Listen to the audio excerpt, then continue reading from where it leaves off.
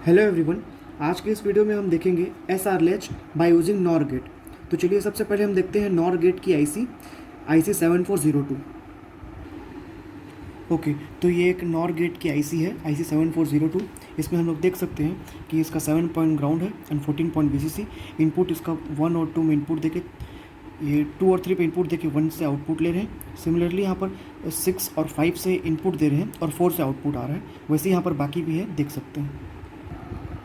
Okay, तो यहाँ पर हम देख सकते हैं सर्किट डायग्राम है, जो कि मेरा यहाँ पर 2 इनपुट दे रहा हूँ, मैं आर इनपुट दे रहा हूँ और एस इनपुट दे रहा हूँ। ये बेसिकली क्या है, एक 2 इनपुट नॉर गेट है जिसका हम लोग यूज़ करके एस आर लैच बना रहे हैं, जिसमें इसमें हम लोग फीडबैक का यूज़ कर रहे हैं। फीडबैक जैसे देखिए यहाँ पर इसका जो आउटपुट है उसको हम लोग इसमें इनपुट दे रहे हैं, वैसे ही इसका जो आउटपुट है उसको हम इसमें इनपुट दे रहे हैं। तो एक फीडबैक का इस्तेमाल करके हम एक नॉर गेट से एस आर लैच बना रहे हैं। तो चलिए इसका सर्किट डायग्राम में देखते हैं कि ये कैसे बनेगा।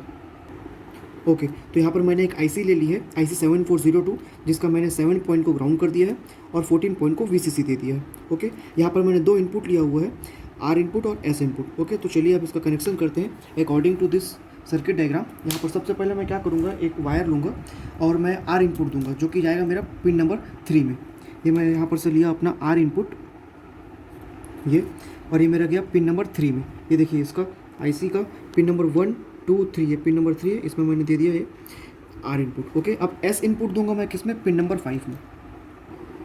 ओके, अभी मेरा सेकंड इनपुट जो है एस, इसे मैं दूंगा अपने पिन नंबर 5 में। जैसा कि हम देख सकते हैं सर्किट डायग्राम में, यहाँ पर पिन नंबर 5 में मैं दे दिया मेरा इनपुट नंबर एस को। ओके, अब देख सकते हैं जो कि मेरा यहाँ पहले का इनपुट है पिन नंबर 1 से आउटपुट, उसको मैं दूंगा पिन नंबर 6 में। ओके, तो यहाँ पर देखते हैं, एक वायर लेते हैं हम लोग, और ये पिन नंबर 1 से मैंने लिया और जिसे मैंने दे दिया है पिन नंबर 6 में। अब यहाँ पर नेक्स्ट हम क्या कर रहे हैं, जो पिन नंबर 4 है, जो कि सेकंड आईसी, जो कि सेकंड गेट का आउटपुट है पिन नंबर 4, उसको अपन पिन 2 में कनेक्ट करेंगे। ये देखिए, ये मेरा पिन नंबर जो 4 है, यहाँ मैंने पिन नंबर 4 पे लिया और जिसे मैं जाके कनेक्ट कहाँ पर कर दूँगा, पिन नंबर 2 में। ये देखिएगा, ये देखिए, ये मेरा पिन नंबर 2 में कनेक्ट हो गया। ओके, अब इसके बाद मैं 2 आउटपुट लूँगा, जो कि मेरा पहला आउटपुट क्यू है, जो प्रेजेंट स्टेट मेरा पिन नंबर 1 से है, और जो इसका कॉम्प्लीमेंट रहेगा वो मेरा पिन नंबर 4 से है। ओके, तो यहाँ पर मैं पिन नंबर 1 पे लाया, ये पिन नंबर 1 से मैं इस रजिस्टर के थ्रू एलईडी लगा है जिसमें मैं यहाँ पर ले रहा हूँ, ये मेरा आउटपुट क्यू हो गया। और उसके बाद मैं यहाँ सर्किट डायग्राम आप देख सकते हैं, जो पिन नंबर 4 से है वो क्यू बार आउटपुट है। तो पिन नंबर ये 2 3, ये 4 नंबर पर मैं लिया और ये 4 नंबर से मैं क्या लिया यहाँ पर, क्यू बार आउटपुट। ओके, तो यहाँ पर ये सर्किट डायग्राम हमारा बन के तैयार हो गया है।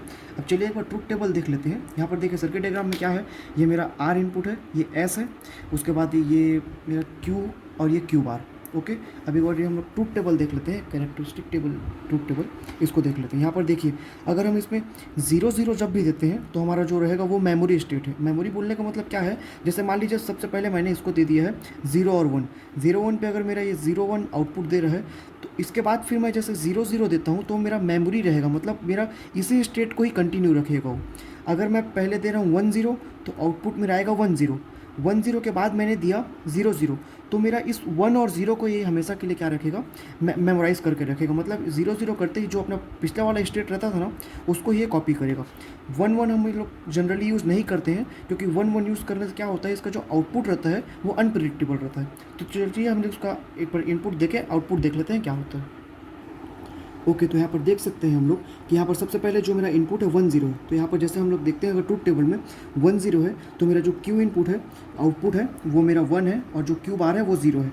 बिल्कुल ट्रुथ टेबल के अकॉर्डिंग सही आ रहा है। अब देखिए, अब इसको मैं अगर 0 0 कर दूंगा तो मेरा मेमोरी ही रहेगा, मतलब जो मेरा पिछला आउटपुट है वही मेरा आगे भी रहेगा। देखिए, ये मैंने इसको किया 0, तो अब मेरा इनपुट क्या हो गया, 0 0। तो 0 0 में क्या है, अपना जो पास्ट स्टेट था उसको ही कैरी फॉरवर्ड कर रहा है, मतलब ये मेरा 0 0 है।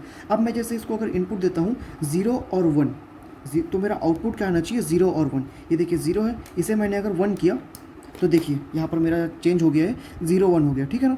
अब इसके बाद अगर मैं फिर से इसको अगर 0 कर देता हूँ तो मेरा यही वाला जो आउटपुट है वो मेरा कंटिन्यू रहेगा, क्योंकि वो मेमोरी के फॉर्म में हो जाएगा। ये देखिए, जैसे मैंने इसको 0 किया, देखिए एक बार फिर से 0 0 करने पे मेरा मेमोरी ही है, मतलब जो मेरा पिछला स्टेट था वही मेरा अगला स्टेट भी वही है। ओके, 1 1 को यूज़ हम लोग जनरली नहीं करते हैं, क्योंकि इसका जो आउटपुट रहता है वो अनप्रिडिक्टेबल रहता है, अपन प्रिडिक्ट नहीं कर पाएंगे क्या होता है। Okay, so this is all for today's video. Thank you.